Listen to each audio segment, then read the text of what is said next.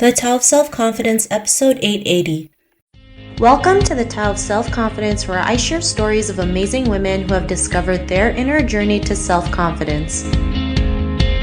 Visit our website at thetaoofselfconfidence.com. Your inner journey to self-confidence awaits. You can now purchase The Tao of Self-Confidence, a guide to moving beyond trauma and awakening the leader within on Amazon, Barnes & Noble's, Walmart, Indigo, and other major book retailers. Get your copy today. Well, hello, friend. Welcome to The Tao of Self-Confidence, where I share stories of amazing women who have discovered their inner journey to self-confidence. I'm your host today, Sheena Yap Chan, and today I have an amazing lady on the show today. She's a dedicated DEI champion and is currently a senior manager, global supplier diversity at Bristol Myers Squibb. And I'm super excited to have her on today to share her story on confidence. So without further ado, I'm going to introduce you to Sundari Pai Luts. Sundari, how are you today? Maybe you can fill in a little bit more about yourself to the listeners.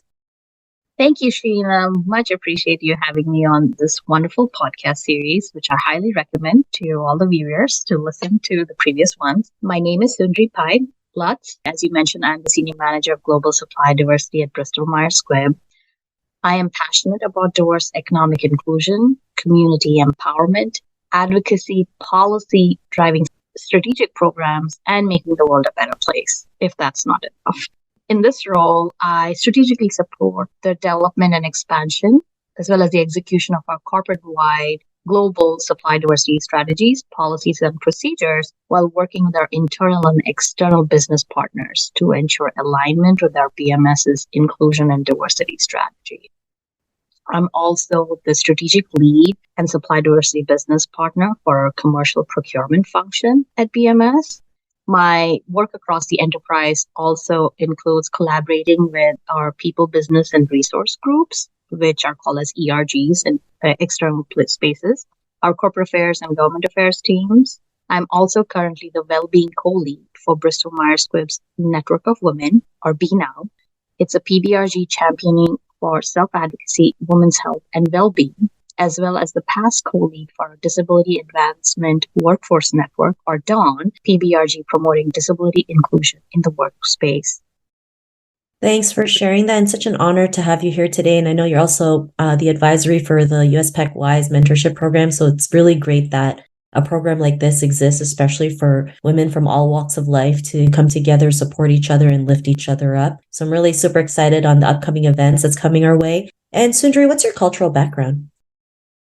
So I was born in India, and I'm very proud of my Indian roots and culture. However, traveling the world and living in different parts of the world, growing up, I've always liked calling myself a global citizen, and it's been my key to various perspectives. Thanks for sharing that. And what would be your favorite self-confidence quote? It's a very interesting question. In the past, I've come across a lot of self-confidence quotes, but what is my favorite is the ones that I made up by myself. The best path to self-confidence is self-advocacy. The more you love yourself, you can unleash your full potential.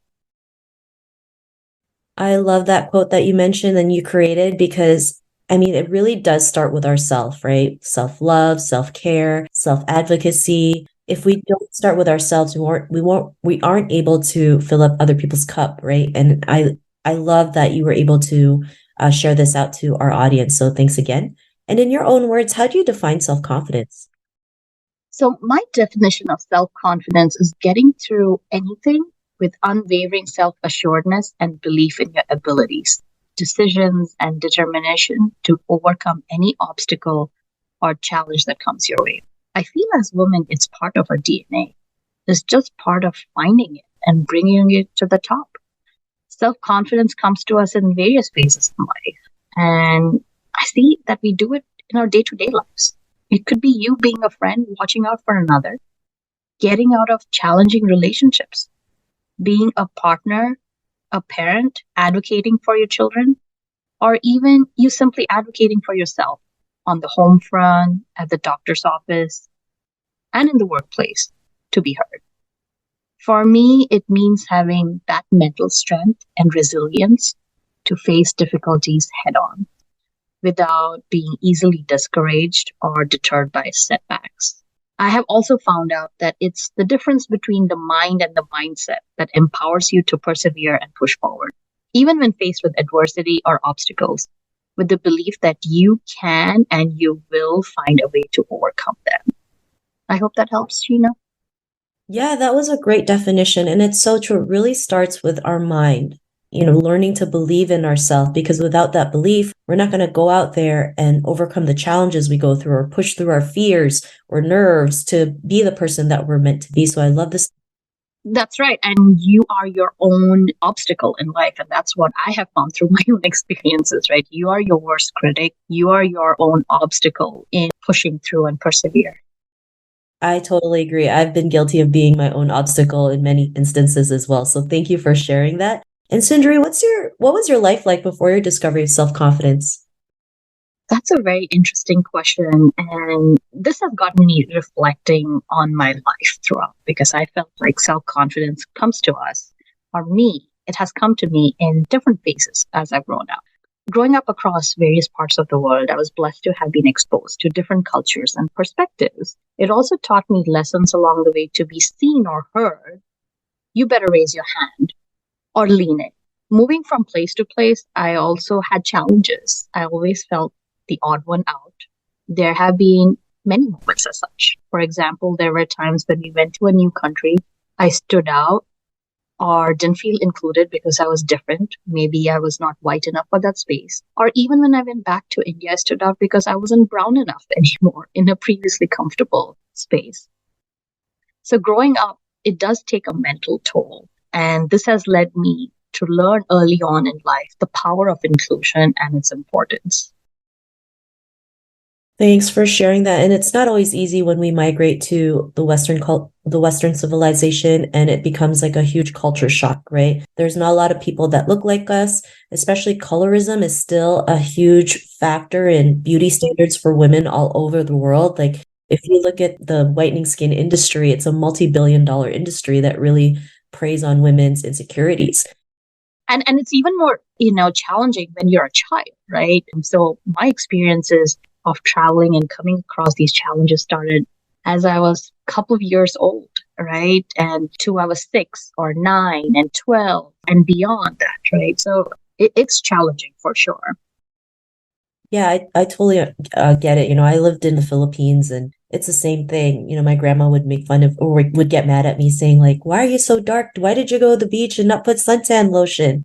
Thinking that, having dark skin is considered ugly, not realizing beauty is in all shades of color. It doesn't matter what that shade looks like. We're all beautiful in our own skin. And I think we need to promote that more to showcase more natural beauty versus going through all these crazy beauty products to look like this unrealistic standard of beauty. So I love that you mentioned the story of you as well, because sometimes being different, we feel unconfident, thinking we have to blend in with everybody. But what was that point in your life when you realized you were more than enough to go out there and be the person that you are today? What was that aha moment? So again, those aha moments have come through different phases of my life, right? And during these times, these challenging times, my wonderful parents who always motivated me and my brother, I do have a younger brother, Sunil, to do better instead of simply fitting in, to use our disadvantage to our advantage, instead of simply going with the flow, to find our voices. So as I grew into various spaces, here, keyword being spaces, right? Learned to quickly adapt while advocating for self. Whether it was coming, even example, coming here to the United States close to 20 years ago, in school settings, in work settings, in relationships, through health challenges, which I think is very important to self-advocate, especially in health challenges, and much more.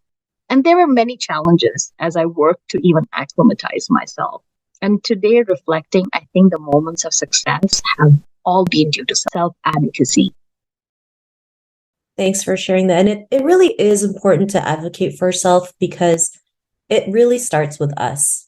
Sometimes we, as women too, we sometimes feel like we need to crave other people's approval to be seen as worthy, to be seen as someone like to be seen as a leader. But really, it really starts with being our own cheerleader, being able to promote ourselves, being able to share our achievements. And it has nothing to do with being arrogant. It's really showing others, especially women in our community, what is possible, right? So showing up is really important.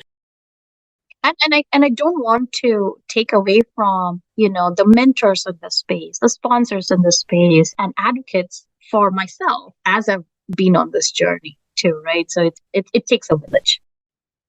I totally agree. I never believed in self-made. I always believe in community made. It takes a village to also lift each other up, to support each other. But the real thing is that it really starts with ourselves. And the more we can advocate for ourselves, everyone can see this and follow suit and really just take it to the next level. So I love that you mentioned that. And because of your realization, what's your life been like now?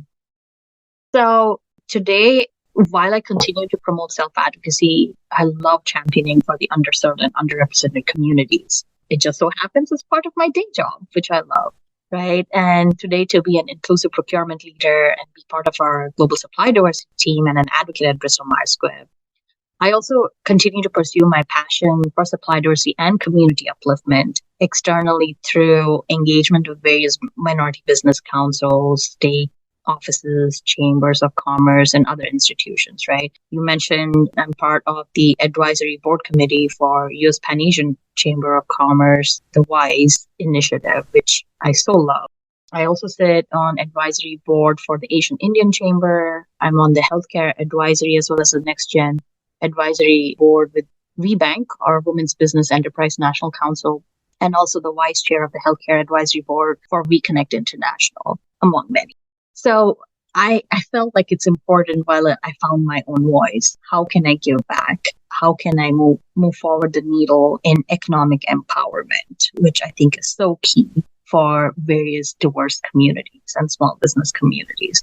I also love championing STEAM education. People call it STEM.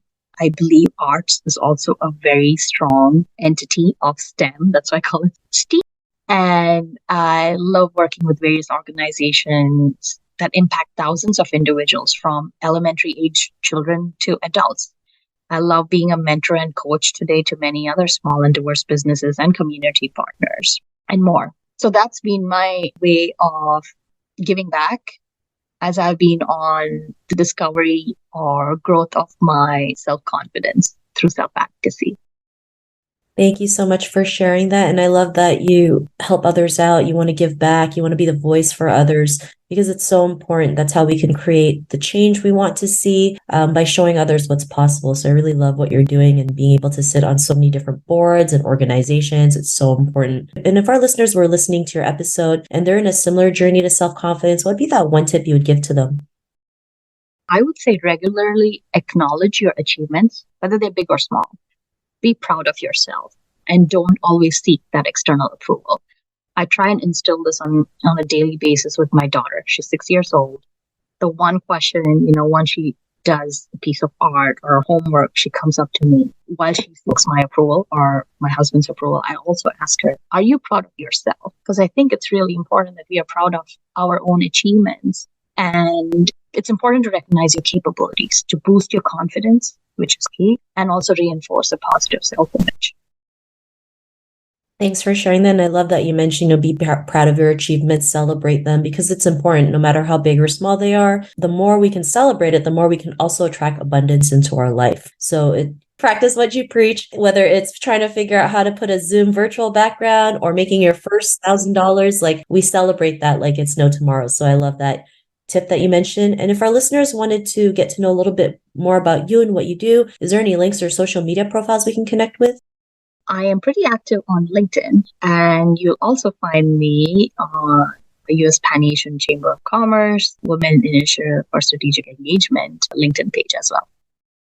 Thanks for sharing that. And to our listeners, if you want to connect with Sundari, you can also head on over to thetowofselfconfidence.com and search for Sundari's name. Her show notes will pop up along with everything else that we talked about. And I really just want to thank Sundari today for taking the time to share her story and tips and wisdom with us on self-confidence. So thank you so much, Sundari. Thank you, Sheena. I appreciate you. Oh, thank you so much. It was such an honor to have you on the show. And to our listeners, be on the lookout for another new episode of another amazing woman's journey to self-confidence, and we'll talk to you soon. Bye for now. Thank you for tuning in to another amazing episode of The Tao of Self-Confidence. You can order your copy of Asian Women Who Boss Up book by visiting our website at thetaoofselfconfidence.com. Your inner journey to self-confidence awaits.